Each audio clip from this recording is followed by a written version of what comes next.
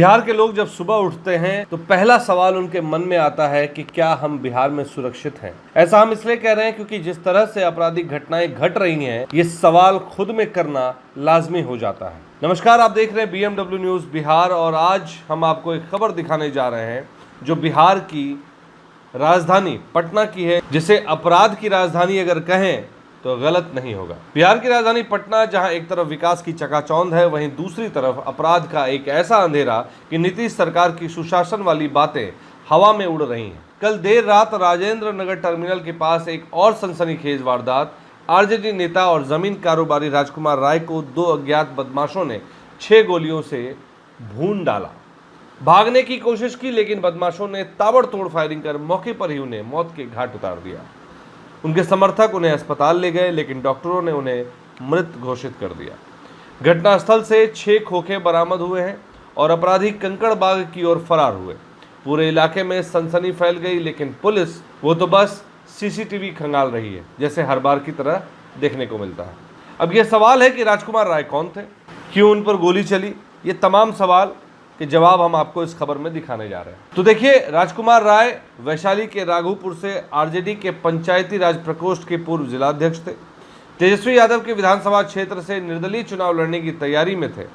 पहले भी राघोपुर से चुनाव लड़े थे लेकिन इस बार अपराधियों ने निर्वाचन कर दिया। पूर्व सिटी SP परिचय कुमार का बयान सुनिए। जी, अभी कुछ टाइम पहले यहाँ पे राजेंद्र नगर टर्मिनल के सामने गली नंबर 17 में एक घटना हुई है, जहाँ पे एक व्यक्ति जिनका नाम बताया जा रहा है राजकुमार उर्फ आला राय, और ये राघोपुर वैशाली के रहने वाले, इनको गोली मारी गई थी। उसके उपरांत इनको इलाज के लिए ले जाया गया और इलाज के क्रम में इनकी मृत्यु हो गई है। इनके साथ इनका एक ड्राइवर भी था। उससे भी अभी हम पूछताछ करेंगे। हमारी पुलिस की टीम यहाँ पे आ चुकी है, ASP साहब आ चुके हैं और FSL को भी हम बुला रहे हैं और आसपास के जो आई विटनेसेस है उनका भी स्टेटमेंट लिया गया है। साथ ही साथ जो भी इस इलाके में आसपास कैमरास लगे हुए, सारे के सारे कैमरास भी हम खंगाल रहे हैं। अभी कांड का अनुसंधान किया जा रहा है, बहुत जल्दी इसका उद्भेदन करके गिरफ्तारी की जाएगी। घटनास्थल से करीब 6 गोली खोखा बरामद हुआ है, तो आई विटनेसेस के हिसाब से 5-6 गोली के आसपास चली है। प्रथम दृष्टि से क्या लगता था, राजनीति से भी जुड़े हुए थे और जमीन को भी कारोबार? अभी तक ऐसा निकल के तो आ रहा है कि ये पॉलिटिक्स में भी एक्टिव थे और लैंड की डीलिंग वगैरह में भी थे। हालांकि अभी हर एक पहलू पे हम जांच करेंगे, उसके बाद ही किसी भी नतीजे पे पहुंचेंगे। कितने अपराधी आए? जो भी यहाँ पे आई विटनेसेस है, जो कैमराज है, उसमें 2 अपराधकर्मी दिख रहे हैं। हालांकि और भी अपराधकर्मी लाइनर के रूप में हो सकते हैं, इस बात से इनकार नहीं किया जा सकता है। थाना का सर बगल की घटना? जी, यह आपका चित्रगुप्त नगर थाने में पड़ता है और जैसे ही सूचना मिलने के साथ ही हमारी पुलिस की टीम यहाँ पे पहुँच गई है और त्वरित रूप से इस पर कार्रवाई की जा रही है। ड्राइवर और गवाहों से पूछताछ चल रही है, जल्द खुलासा होगा। अरे सर, जल्द तो 5 साल से सुनते आ रहे हैं। क्या ये वही सुशासन है जहां नेता चुनावी मैदान में उतरते ही निशाने पर आ जाते हैं? अब आप एक ग्राफ से समझिए कि किस तरह से 2020 से 2025 तक अपराध के आंकड़े बढ़े हैं या घटे हैं, ये आपको तय करना है।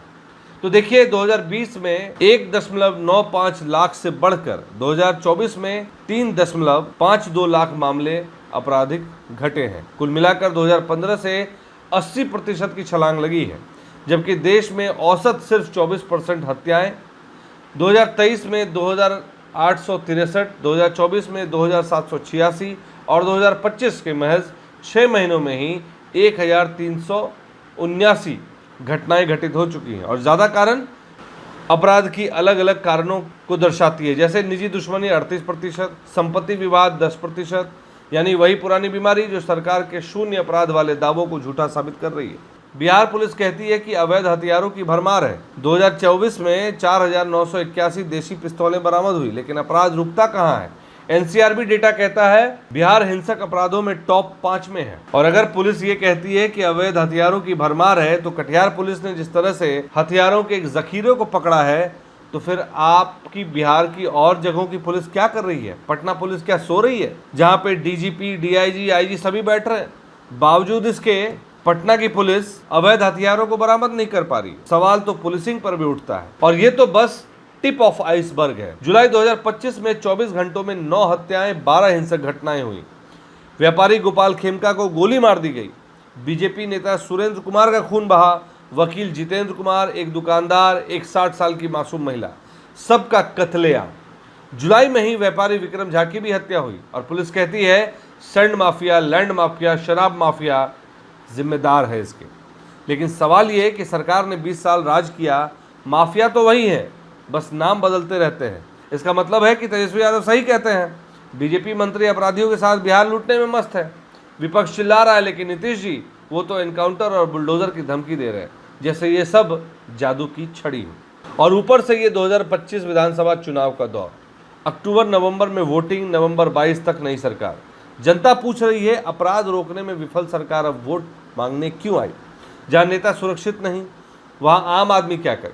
बेरोजगारी, पलायन के साथ अपराध का ये त्रिशूल एनडीए की विकास यात्रा को कहां ले जा रहा है? विपक्ष कहता है कि Patna crime capital of India बन गया। बिहार सरकार जवाब दे, ये ग्राफ नीचे लाने का वक्त आ गया है, वरना वोटर का ग्राफ आपकी सरकार को नीचे गिरा देगा।